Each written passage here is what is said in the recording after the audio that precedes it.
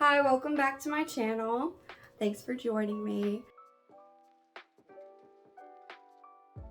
I don't know what it was about this month of March, but it was filled with a lot of highs and lows. For instance, a lot of the shows I've been watching have come to an end, sadly, and I'm gonna review everything that has happened. But before I do, I want to review some things in the health and beauty category. So let's get into it. First up is this product right here. It's the Omnilux Clear.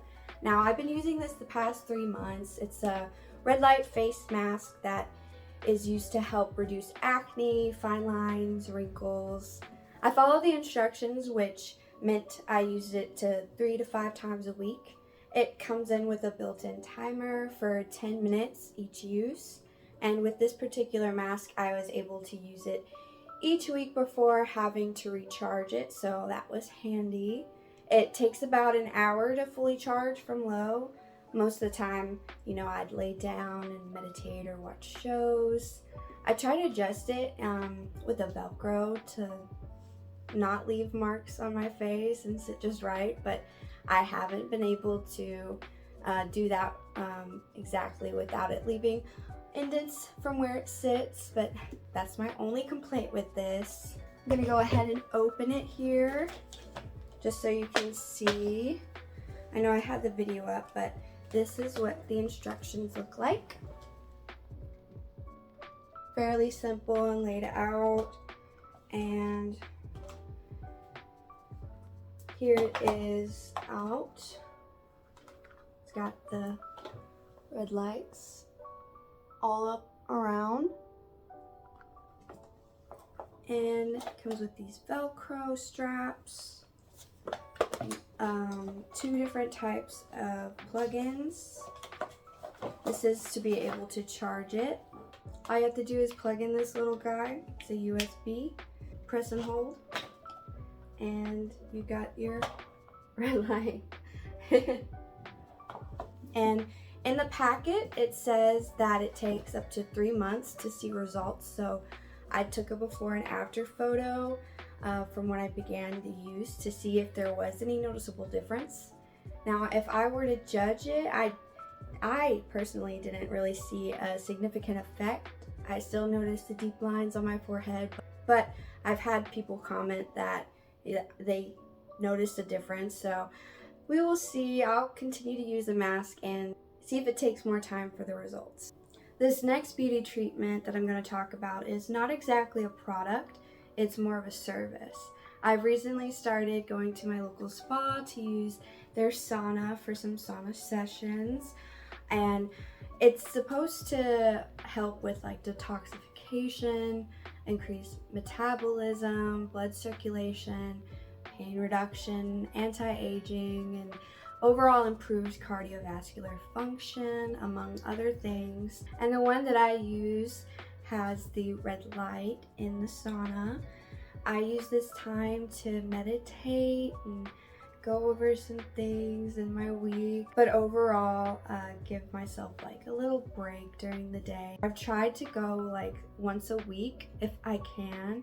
They have this deal where you can get 5 sessions for the price of 3, so I took that opportunity to try it out, and I will say I have noticed more of a calming sensation after use. It's really good for stress management, I'd say, as well as just overall anti-aging. It makes me feel good to use the sauna, and I recommend it if you have the opportunity in your town to find a sauna, or if you're looking to purchasing one yourself for personal use. I definitely recommend. Now I'm going to do a little clothing haul. I went shopping recently and found some items for spring. I went to a new store called Altered State to find some cute dresses and skirts, but I also ended up purchasing some really adorable shoes. The store is perfect for spring and even wedding shopping, or if you're looking for dresses for your bridal party. They are a little on the pricey side, I might add, but the quality of these items, in my opinion, is worth the price. I shopped both online and in store.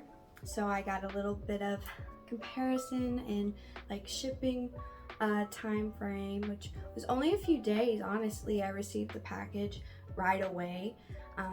I ordered this long blue dress online. It has some layers, super cute, has a white floral pattern, and I got these shoes to go along with it. They have nice little details along the edges, and they were sent separately, so I will let you know that. But either way, I was happy with my purchase. Shopping in store was great. I love to try things on to make sure that they fit before purchasing, and the ladies who worked there were more than happy to help out and pick different sizes if I needed them.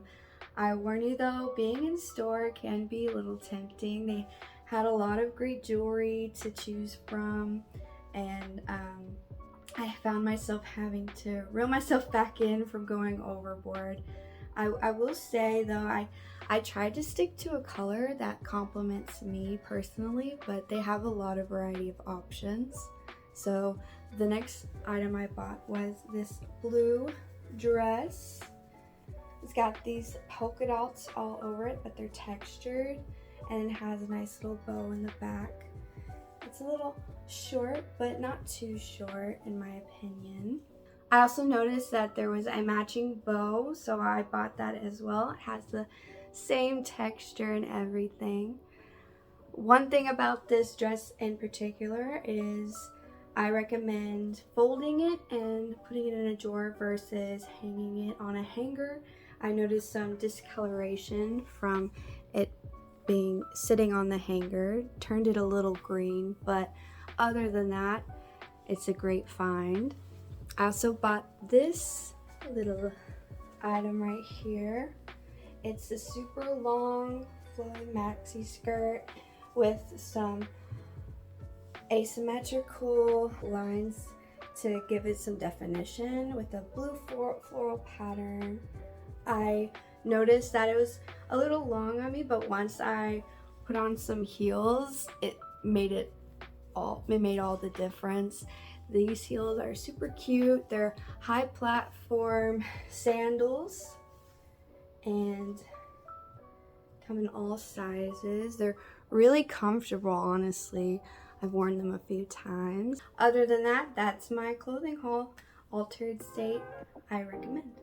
Next category I would like to jump into is movies and entertainment.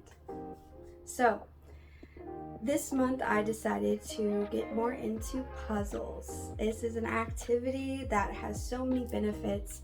Working on a puzzle reinforces connections between brain cells, improves mental speed, and is an effective way to improve short-term memory, which I know I definitely suffer from. Puzzles increase the production of dopamine, a chemical that regulates mood, memory, and concentration. I got a 500-piece puzzle, and my sister bought a 2,000-piece puzzle. I will say, if you're not used to puzzling, do not start on the 2,000. You'll find yourself quitting way before you even start. It's a real task to handle, so definitely recommend going on the lower side if you're just starting. Doing a 300-piece puzzle will give you the same benefits and will take a lot less of your time. The next thing I'd like to jump into is music. So for this month, there weren't a whole lot that came out, but the queen herself, Ariana Grande, put out her new album in 4 years, Eternal Sunshine. I did a reaction video on my channel to this with my little sister, so you can go ahead and check that out and see what I thought of it. Another artist that put out music this month was Olivia Rodrigo. She added a few new songs to Guts, called Guts Spilled, and this is like my reaction listening to those. It was Girl I've Always Been, Scared of My Guitar, Stranger, So American, and Obsessed. And I will say, I do like this new sound of hers. It's more along the folk sound versus her regular pop, but I love listening to it. It was a good time. I can picture myself driving on a road trip and having these playing. I will say that the song Girl I've Always Been reminded me a lot of Canyon Moon by Harry Styles, but other than that, I think these songs are a great addition to her album. Now, for the typical entertainment, I finished a few shows. One of them was Good Trouble. The series finale premiered March 5th, so I've had some time to come to terms with it ending. The show was truly a guilty pleasure of mine. I loved following the characters' storylines as each of them developed their careers. Of course, it was a spin-off of the show Fosters and centered around sisters Callie and Mariana, but the whole cast is honestly amazing. You can tell they really became family both on and off set. There was never a dull moment, and I'm sad that it's over, but the ending I thought really gave a nice resolution. It definitely was a happy ending for everyone who lived at the coterie. I followed the show from when the first season aired, but it is a bingeable show. There's so much drama involved and always ended on a cliffhanger, so if you haven't watched it at all or left off somewhere in the middle, I do recommend this show and that you give it a watch. Other shows I finished included Love is Blind, The Bachelor, and Married at First Sight.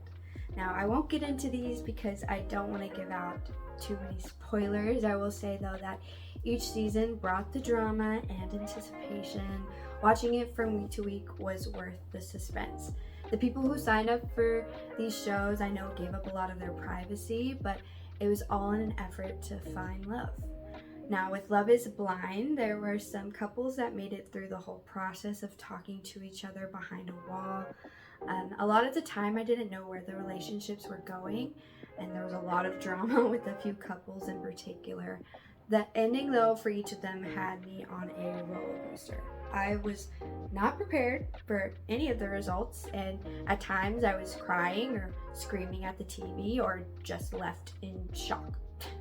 I couldn't believe what I had watched, and the reunion brought everyone together to clear some of the final moments of the show, so it made it all worth it. If you haven't followed along, I strongly suggest you do. This was one of the more wild seasons and totally binge-worthy.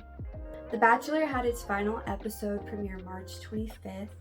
Joey has finally been able to answer to the world after months whether or not he has found true love. Here's my reaction to that. I won't give away anything, but I will say I knew it all along. I guessed the correct ending. I had a feeling and I was right. There is a moment that has never occurred on the history of The Bachelor, and watching it all come to a head was such a thrill. This season was a blast, but I am ready to see the next Bachelorette take her shot at finding love. Jin Tran is the first Asian American to lead the Bachelor franchise, and I can't wait to see what her season has in store. Married at First Sight at this point has premiered all the decision days. There were 5 couples who participated this season. Honestly, it was kind of a hard season to watch compared to others. For some reason, in my opinion, I felt that none of them were correctly matched from the beginning. There were a lot of episodes I found myself scratching my head like, why were these two put together in the first place? So unlike past seasons, I wasn't rooting for any of them. I won't say who stayed together and who didn't, but the ending was not a huge surprise for any of the couples. One thing though that was nice to see was how the men supported the men and the women supported the women in this season. They all seemed to have each other's backs and were there to help each other through the long process. But it's not friendship at first sight, so overall watching this season I was left disappointed. Another show that ended this season but is not a reality romance show is Masters of the Air. All the episodes are out on Apple TV. This show is directed by Steven Spielberg, and Tom Hanks is one of the producers. It stars Austin Butler, Callum Turner, and Anthony Boyle as the main characters. There are other great actors that make an appearance, such as Barry Cogan and Shuti Gatwa. The series follows the men during World War II. They risk their lives as they perform as airmen as a part of the 100th Bomb Group. This series is based on a true story and is action-packed. There are suspenseful moments and parts where I cried. I rate this show highly and honestly would watch it for a second time. It was that good. Everything in this is realistic, even the gore, so if you're queasy about blood and stuff like that, I still recommend you give it a watch. It is worth it to get through to the end. I really enjoyed this series. Lastly, I'm going to go over a couple of reality singing competition shows like The Voice and American Idol. The Voice is currently in the middle of the competition. All the auditions are over, with some of the battles being aired. The judges are Reba McEntire, John Legend, Chance the Rapper, and Dan and Shay. On the Blind Auditions Part 5, the judges did a great performance of Put a Little Love in Your Heart by Jackie Day Shannon. They were accompanied by a chorus and sounded great together. Now, I won't go into all the contestants, but a few that I think are showrunners. Frank Garcia, 19, who performed on Adele's song in his audition, Love in the Dark, got him placed on Dan and Shay.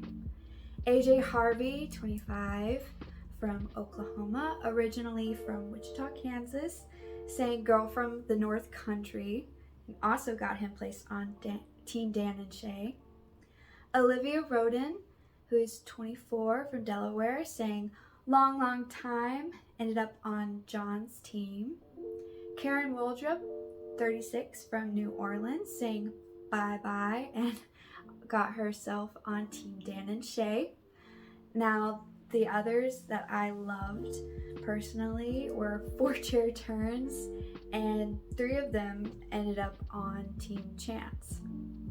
It includes Val T. Webb, 43, from Texas. She sang Nobody's Supposed to Be Here. There's Serenity, 16, from Florida, sang This City. And then Danny Stacy, 31, from California. She sang her rendition of I Will Survive. And last but not least, Madison Carvello, 21, from Massachusetts, another fellow Puerto Rican. She sang Stand By Me and ended herself on Team Dan and Shay. Overall, there's a lot of talent this season, so I'm excited to see who wins. Finally, I am going to go over American Idol top showrunners. This is Katie's last season, and I believe they just went through all the auditions and some of Hollywood Week. They did some of the auditions in each of the judges' hometowns. Surprisingly, there were a lot of teenagers who auditioned this year, and all of them did an amazing job. Again, I won't go through all of them. I only have a few contestants that were for me my personal favorites.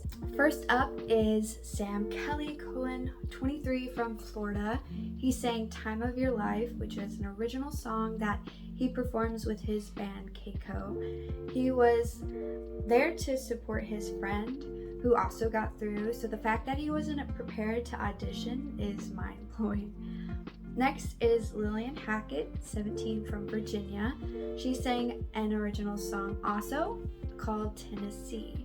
Another singer whose audition I enjoyed was Anna Grace, 18, from North Carolina. She aced her audition to me, but there was a debate between Katie and Luke, which resulted in a moo-off, and that's exactly as it sounds. It's super ridiculous, but fun to watch.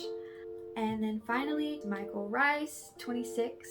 He's from England, but he gave a heart-wrenching performance of Because of You. Again, this season looks like it's gonna be a wild one. Of course, Hollywood Week is my favorite part of American Idol, but it'll be fun to see them all to see who all makes it to the live rounds. We still have a ways to go before the winner is pronounced, but I will be there along for the ride and putting in my votes for who I think should win. That was it for the reviews in this video. Thank you for watching until the end. Don't forget to give this video a thumbs up and comment down below if you have any thoughts on the shows, product, or music I talked about. I'd love to hear what you have to say. Again, that was your March monthly memo. I'll see you next time.